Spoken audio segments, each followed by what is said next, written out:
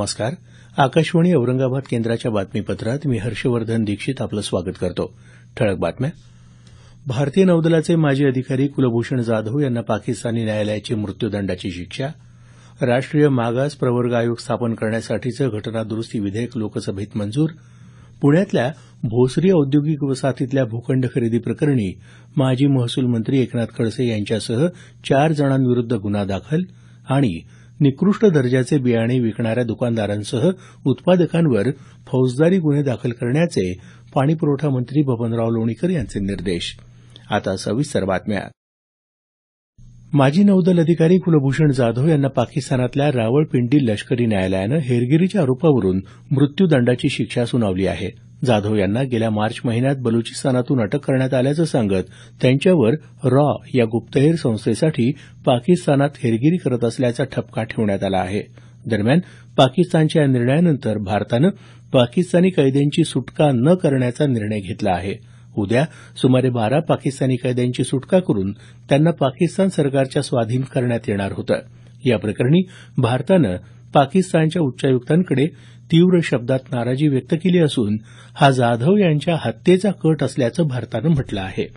मुख्यमंत्री देवेंद्र फडणवीस यांनी या निर्णयाचा निषेध करत दहशतवादाला फूस देणाऱ्या पाकिस्तान सरकारचा स्वतःच्या अपयशांवर पांघरून घालण्याचा हा प्रकार असल्याचं म्हटलं तर जाधव यांच्या सुटकेसाठी संयुक्त राष्ट्रसंघानं हस्तक्षेप करावा असं शिवसेना पक्षप्रमुख उद्धव ठाकरे यांनी म्हटलं आहे.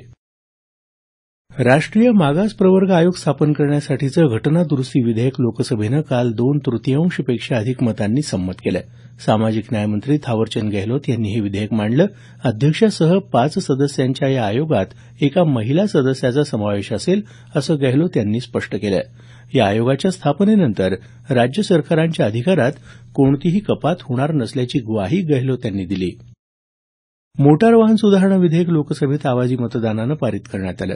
मद्यपान करून गाडी चालवणं, क्षमतेपेक्षा जास्त मालवाहतूक करणं आणि चालकाद्वारे सुरक्षा मानकांचं पालन न करण्यासारख्या गुन्ह्यांसाठी या विधेयकात कठोर शिक्षेची तरतूद करण्यात आली आहे. महाराष्ट्रातल्या सुमारे 40 गावातले शेतकरी येत्या खरीप हंगामात संपावर जात असल्याच्या मुद्द्याकडे स्वाभिमानी शेतकरी संघटनेचे नेते खासदार राजू शेट्टी यांनी काल लोकसभेचं लक्ष वेधलं. किमान हमी भावात 1.5 वाढ, कृषी कर्जमाफी, 60 वर्षावरील शेतकऱ्यांना निवृत्ती वेतन या मागण्यांसाठी हा संप पुकारला जात असल्याचं शेट्टी यांनी सांगितलं. या संपावर तोडगा काढण्यासाठी सरकारनं विशेष पॅकेज जाहीर करावं अशी मागणी शेट्टी यांनी केली. लोकसभेची 2019ची निवडणूक पंतप्रधान नरेंद्र मोदी यांच्या नेतृत्वात एकत्रितपणे लढवण्याचा निर्णय राष्ट्रीय लोकशाही आघाडीनं घेतला आहे. काल नवी दिल्लीत पंतप्रधानांच्या अध्यक्षतेत झालेल्या बैठकीत हा निर्णय घेण्यात आला. या बैठकीला शिवसेना, तेलुगू देसम, शिरोमणी अकाली दलासह आघाडीतल्या 33 घटक पक्षांचे नेते उपस्थित होते. 16 राजकीय पक्षांनी काल केंद्रीय निवडणूक आयुक्तांची भेट घेत इलेक्ट्रॉनिक मतदान यंत्राद्वारे मतदान पद्धत मोडीत काढून मतपत्रिकांद्वारे मतदान पद्धत पुन्हा सुरू करावी अशी मागणी केली आहे. काँग्रेससह बहुजन समाज पक्ष, द्रविड मुनेत्र कळघम, तृणमूल काँग्रेस तसंच डाव्या पक्षांचे नेते यावेळी उपस्थित होते. यासंदर्भात लवकरच एक सर्वपक्षीय बैठक घेणार असल्याचं निवडणूक आयुक्तांनी सांगितल्याचं पीटीआयच्या वृत्तात म्हटलं आहे. पुण्यातल्या भोसरी औद्योगिक वसाहतीतल्या भूखंड खरेदी प्रकरणी माजी महसूल मंत्री एकनाथ खडसे यांच्यासह 4 जणांविरुद्ध गुन्हा दाखल झाला आहे. पुण्यातले बांधकाम व्यावसायिक हेमंत गावंडे यांनी या प्रकरणी गेल्या वर्षी मे महिन्यात तक्रार दाखल केली होती. सुमारे 40 कोटी रुपये बाजारभाव असलेला 3 एकर क्षेत्रफळाचा हा भूखंड खडसे यांनी महसूल मंत्रिपदाच्या काळात 4.25 कोटी रुपयांना खरेदी केल्याचं या तक्रारीत म्हटलं होतं. मात्र पुणे पोलिसांनी गुन्हा दाखल न केल्यानं गावंडे यांनी मुंबई उच्च न्यायालयात धाव घेतली होती. गेल्या शनिवारी यासंदर्भात झालेल्या सुनावणीत राज्य सरकारनं भ्रष्टाचार प्रतिबंधक विभाग या प्रकरणी गुन्हा दाखल करून चौकशी करेल असं न्यायालयाला सांगितलं होतं.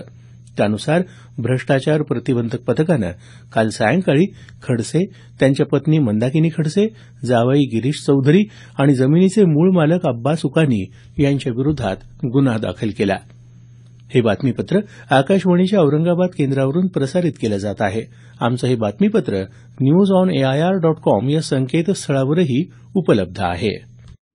औरंगाबाद शहरात क्रांती चौकात काल शेतकऱ्यांच्या संपूर्ण कर्जमाफीसाठी शिवसेनेच्या वतीनं आंदोलन करण्यात आलं.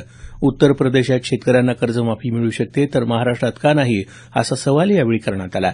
शेतकऱ्यांच्या पत्नींचाही या आंदोलनात लक्षणीय सहभाग होता.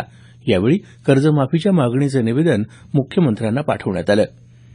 परभणी जिल्ह्यात पूर्णा कृषी उत्पन्न बाजार समितीच्या संचालक मंडळ निवडणुकीत भारतीय जनता पक्षानं 18 पैकी 17 जागा जिंकत बाजार समितीवर सत्ता मिळवली आहे. बाजार समितीच्या 4 जागा बिनविरोध ठरल्यानं उर्वरित 14 जागांसाठी रविवारी मतदान घेण्यात आलं. काल मतमोजणीनंतर विजयी उमेदवारांनी जल्लोष करत शहरातून मिरवणूक काढली. निकृष्ट दर्जाचे बियाणे विकणाऱ्या दुकानदारांसह उत्पादकांवर फौजदारी गुन्हे दाखल करण्याचे निर्देश पाणीपुरवठा मंत्री बबनराव लोणीकर यांनी दिले आहेत. जालना जिल्हाधिकारी कार्यालयात खरीप हंगाम 2017च्या पूर्वतयारी आढावा बैठकीत ते काल बोलत होते. भरारी पथकांनी बियाण्यांच्या दर्जाची तपासणी करावी असे निर्देश लोणीकर यांनी दिले. पशुसंवर्धन राज्यमंत्री अर्जुन खोतकर, आमदार राजेश टोपे यांच्यासह अनेक मान्यवर यावेळी उपस्थित होते. नांदेड ते अजनी नागपूर या उन्हाळी विशेष गाडीच्या येत्या 17 तारखेपासून 22 फेऱ्या होणार आहेत. ही गाडी नांदेडहून दर सोमवारी रात्री 8:30 सुटेल आणि पूर्णा, हिंगोली, वाशिम, अकोला मार्गे मंगळवारी सकाळी 5:25 अजनी नागपूर इथं पोहोचेल. परतीच्या प्रवासात ही गाडी अजनी नागपूर इथून दर मंगळवारी रात्री 10:20 सुटेल आणि बुधवारी सकाळी 8:10 नांदेड इथं पोहोचेल. राष्ट्रीय महामार्ग तसंच रेल्वेच्या माध्यमातून परळी शहराचा विकास करण्याचे आपले प्रयत्न सुरू असल्याचं ग्रामविकास मंत्री पंकजा मुंडे यांनी म्हटलं आहे. काल परळी इथं सराफा व्यापाऱ्यांच्या वतीनं केलेल्या सत्काराला उत्तर देताना त्या बोलत होत्या. परळीच्या नागरिकांसाठी विशेष हेल्पलाईन सुरू करणार असल्याचं मुंडे यांनी सांगितलं. बीड जिल्ह्यातल्या कुंभारी गावचे माजी सरपंच उद्धव सुरवसे हत्याप्रकरणी जिल्हा आणि सत्र न्यायालयानं 5 जणांना जन्मठेप आणि प्रत्येकी ₹2,000 दंडाची शिक्षा सुनावली आहे. या खटल्यातल्या इतर 11 जणांची निर्दोष मुक्तता केली आहे. नेकनूर रस्त्यावर गवारी फाट्याजवळ 20 सप्टेंबर 2013 रोजी सुरवसे यांची धारदार शस्त्रानं हत्या झाली होती. कोल्हापूर जिल्ह्यात ज्योतिबाची चैत्रयात्रा काल भक्तिभावानं साजरी झाली. महाराष्ट्रासह आंध्र प्रदेश, कर्नाटकातून आलेल्या हजारो भाविकांनी यावेळी चांगभलचा गजर आणि खोबरं गुलालाची उधळण करत ज्योतिबाचं दर्शन घेतलं. पालकमंत्री चंद्रकांत पाटील यांच्या हस्ते यावेळी मानाच्या सासन काठ्यांचं पूजन करण्यात आलं. भाविकांच्या सुविधेसाठी विविध व्यवस्थांसह 5,000 भाविक क्षमतेचा 4 मजली दर्शन मंडप पुढच्या वर्षापर्यंत तयार होणार असल्याचं पाटील यांनी यावेळी सांगितलं. ज्योतिबा ते पन्हाळा रोपवेची मागणीही लवकरात लवकर मार्गी लावली जाईल असं पाटील म्हणाले.